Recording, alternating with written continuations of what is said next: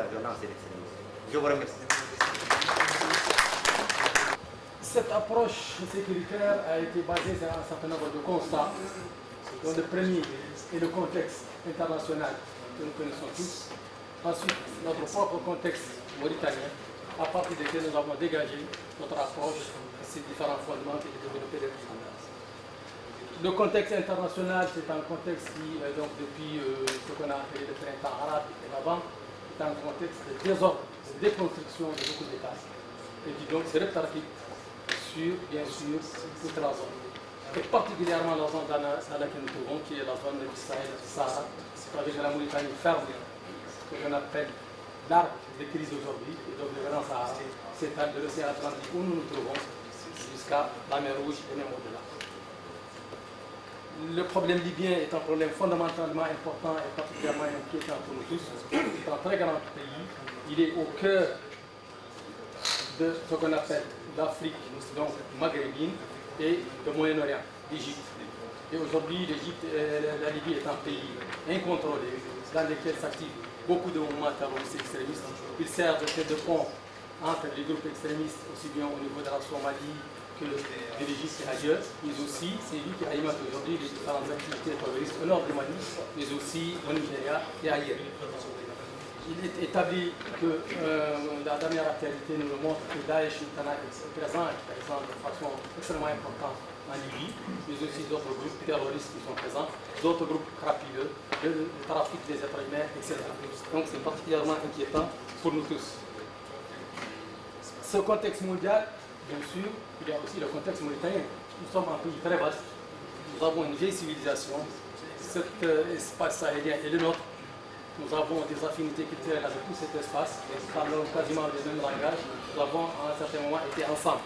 Donc, bien sûr, nous sommes un peu concernés, plus que concernés, et les répercussions de ce qui se passe dans cette zone se passent chez nous. Nous sommes aussi un pays frontalier de l'espace Schengen, nous sommes à quelques centaines de kilomètres de l'espace Schengen. Nous sommes frontaliers des États-Unis parce qu'il suffit de traverser l'océan pour être aux Amériques. Donc, ceci étant, ce contexte mauritanien, nous sommes aussi au centre du Sahara. Et nous sommes bien sûr en passage culturel que je viens de développer tout à l'heure. Tous ces éléments ont fait qu'il fallait donc, à partir de ce contexte, de la situation de crise dans plusieurs États, de la situation à nos frontières, élaborer une stratégie multidimensionnelle dont l'approche sécuritaire en est une composante. Donc voilà les fondements de cette stratégie, vous les avez vus tout à l'heure. Donc c'est d'abord le contexte mondial et régional que je viens de développer. Et quelqu'un ce matin a dit que les terroristes parlent le même langage. C'est vrai. Les moyens de communication, les gens ont développé ce matin, les attentats qui ont tiré en France et ailleurs ont été inspirés à partir du Moyen-Orient et vice-versa. Donc je voulais revenir là-dessus. Donc c'est une menace globale et qui demande certainement une réponse globale. Mais en tout cas, en Mauritanie, nous avons élaboré une réponse d'abord mauritanienne, mais aussi qui se base sur différents éléments de la coopération avec nos partenaires régionaux et continentaux, mais aussi internationaux.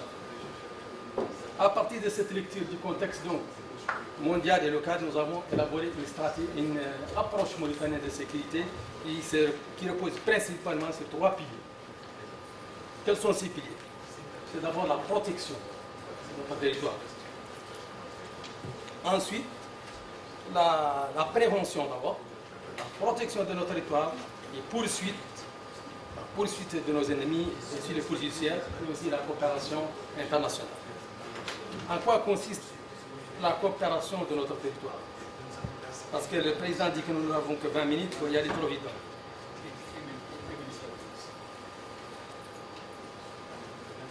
Donc voilà, la prévention, ça c'est l'approche, donc les fondements de l'approche, la prévention contre les dangers, la protection contre les menaces, les poursuites judiciaires, la coopération régionale, sous-régionale et internationale. Donc la prévention, elle est constituée principalement de deux éléments. Tout d'abord le travail de l'information et de l'enseignement à partir d'éléments humains. J'ai dit tout à l'heure un élément très important qui est que nous avons un prolongement humain naturel dans tout cet espace qui bien sûr favorise la Mauritanie. Nous n'avons pas besoin d'un traducteur pour aller à Tombouctou, à Gao, etc. Et ça c'est très important dans le contexte sécuritaire. Nous avons activé un certain nombre d'actions sur le plan technique, parce que vous allez voir plus tard, que la réglementation mauritanienne a pris en compte la nouvelle menace terroriste. Et donc, par ces aspects-là, nous sommes très actifs et nous essayons donc d'anticiper les menaces qui peuvent être les dangers qui peuvent menacer notre pays. Et bien sûr, nous avons à un certain moment eu à agir, comme je vais l'expliquer tout à l'heure. Le deuxième aspect de ce travail de prévention, c'est l'anticipation des menaces. Et donc, dans ce cadre, chaque fois qu'il y a un danger qui menace notre pays, nous sommes intervenus au-delà de nos frontières, justement,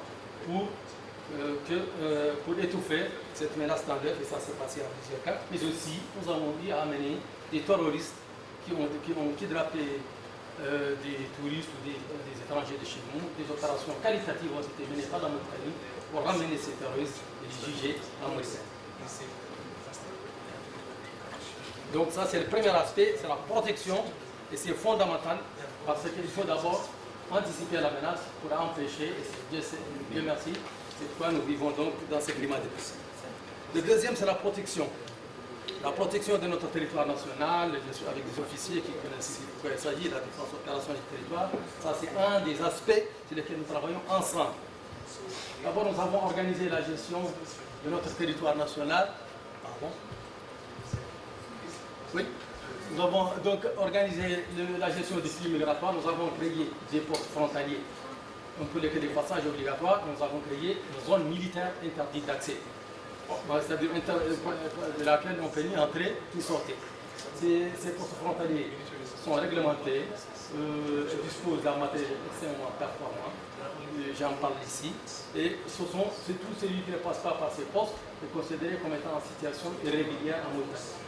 Et sont gérés donc, par les différentes forces de sécurité et permettent au pouvoir public donc, de régulariser les flux migratoires. Mais aussi, nous avons, sur le plan intérieur, parce que nous sommes une zone de passage et de transit, commencé à régulariser la situation des étrangers chez nous par des cartes de séjour, mais aussi par la lutte contre l'immigration irrégulière, la traite des êtres humains sur notre territoire national. La sécurisation de l'état civil, nous avons créé une agence de l'état civil qui sécurise les documents, qui travaille avec les forces de sécurité justement pour l'organisation de l'entrée sur le territoire national.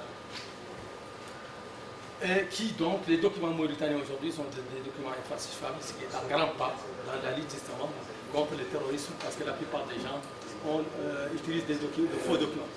La restructuration de nos forces armées et de sécurité, il y a une restructuration et une réadaptation pour une meilleure réactivité de nos forces. Et ici, l'appui logistique, l'apport logistique est de l'ordre de 300 à 400% pour les différentes forces. Mais aussi, il y a eu la création de différentes forces d'élite pour répondre à la menace terroriste. La poursuite judiciaire. Comme je viens de dire tout à l'heure que nous avons revu la réglementation mauritanienne dans le domaine de la lutte contre le terrorisme, la loi de 2005 a été révisée. Il y a une nouvelle loi qui crée un nouveau cadre plus approprié à la lutte contre le terrorisme. C'est-à-dire qu'il y a une seule structure aujourd'hui qui est en charge de centraliser l'information, de poursuivre les terroristes. C'est une structure de la Direction générale de la sécurité nationale qui s'appelle la Direction de la sécurité de l'État. Donc, on voyait ici, c'est elle qui exerce la police judiciaire. Donc, dans tout le processus, jusqu'à la présentation des délinquants ou des criminels devant la loi. Et cette réglementation ne s'attaque pas seulement au phénomène terroriste en tant que violence. Elle s'attaque au problème en ce qui concerne l'assèchement des sources, la lutte contre ce que nous on appelle ici le noircissement pour faire la différence avec le blanchiment, c'est-à-dire éviter que les terroristes puissent avoir de l'argent pour financer leur activité. L'apport que n'importe qui peut apporter à cette action sont sanctionnés et sévèrement sanctionnés. Il y a aussi un pôle judiciaire antiterroriste qui a été créé, qui comprend un parquet. Maintenant, c'est le parquet de Nouakchott, maintenant quand Nouakchott a été créé. C'est le parquet de Nouakchott Ouest qui est aujourd'hui compétent pour lutter contre, pour reconnaître des actions terroristes. Et c'est la direction de la sûreté de l'État qui est chargée de lui déférer les différents auteurs des crimes et délits caractère terroriste. Il est comme dans le cadre de la lutte contre la délinquance économique et financière qui pourrait appuyer le terrorisme, aussi les différents crimes, parce que nous sommes dans un cadre de crise de menace globale qui se rencontre. Il a été créé au niveau de la Banque centrale, une structure chargée de tracer les différents financements. Il y a aussi au niveau de la Direction générale de la Sécurité nationale une direction centrale qui est chargée de la lutte contre la criminalité économique et financière. Tout cela pour éviter, pour assécher les sources de financement du terrorisme.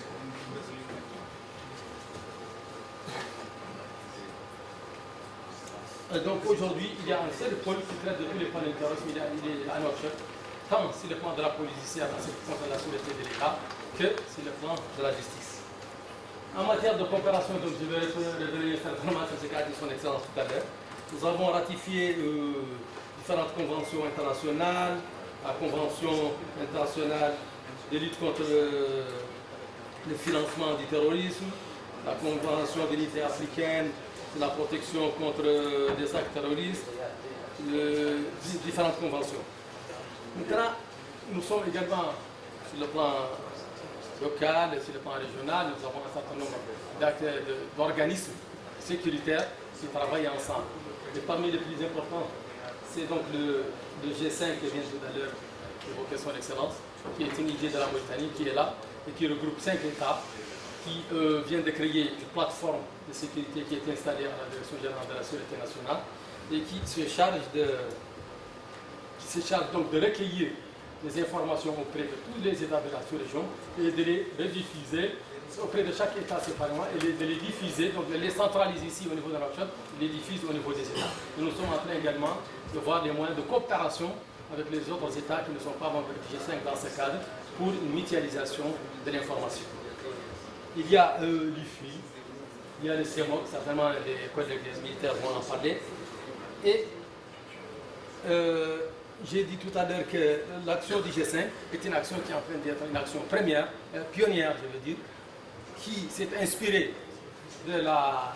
du processus de Nouakchott, qui est un processus donc, qui rejoint ce que nous avons dit tout à l'heure, c'est-à-dire une stratégie multidimensionnelle, donc idéologie sécuritaire et culturelle, qui est aujourd'hui une référence que vous tous connaissez. Et pour ne pas être très long, je voudrais vous dire que depuis 2009, nous avons été l'un des pays les plus touchés par le terrorisme. Nous avons connu, même depuis 2005, différents attentats, dont le dernier a eu ici même à Nouakchott, se sont poursuivis ailleurs. Depuis 2011, aucun attentat n'a été signalé en Mauritanie. Aucun autre État de la sous-région n'a eu ce privilège malheureusement. C'est une chose dont nous ne pouvons que nous enorgueillir. Et nous pensons qu'il est le résultat d'un grand effort qui ne nous laisse pas dormir, parce que nous pensons que cette approche doit être actualisée, doit être revisitée, et elle doit surtout tenir compte des différents paramètres nouveaux qui menacent la sous-région, qui ne font que s'accentuer par rapport aux problèmes de façon générale qui se posent, notamment, je viens tout à l'heure d'évoquer la Libye, et j'y reviens parce que c'est un pays qui a la plus grande façade maritime sur la Méditerranée, parmi tous les États voisins de la Méditerranée, c'est l'un des plus grands États de l'Afrique et qui donc constitue une véritable menace immense qui est appelée à s'exporter un peu partout dans la zone. Donc nous sommes prêts et ouverts bien sûr à toute coopération, à tout apport des différents États amis, mais aussi des États à travers le monde, notamment l'expérience de la stratégie européenne qui a été évoquée tout à l'heure, à laquelle la Mauritanie a été invitée à ce moment lors de sa diffusion. Donc nous sommes de façon générale assez vigilants, très vigilants. Nous avons des résultats, mais ce sont des résultats qui peuvent à tout moment être remis en cause compte tenu du contexte international et mondial. Je vous remercie.